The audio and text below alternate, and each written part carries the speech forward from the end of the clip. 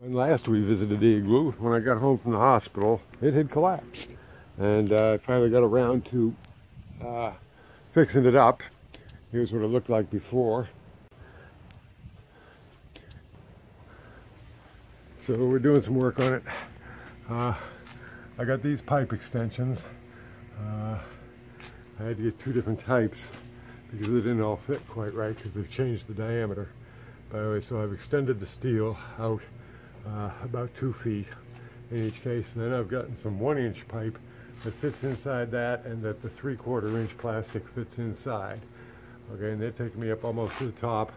I've got my center point determined, and I'm going to add the gray pipes into those to bring back the centerpiece, which holds it all together at the top, hopefully, and keeps the top elevated above everything else so the rain runs off.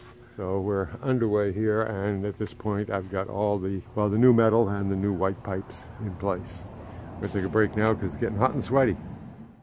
Okay, well, got it done as far as I want to take it at this moment. All secured, quote unquote.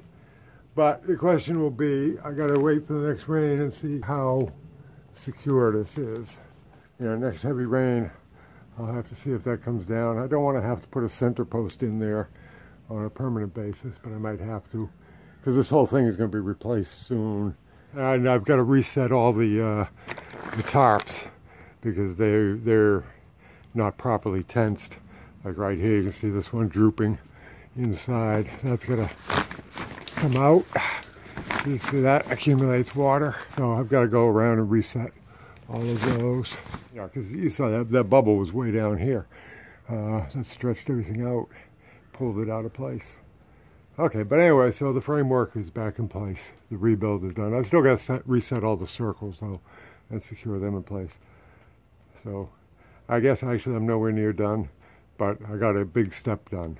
So there you go. Happy day to you.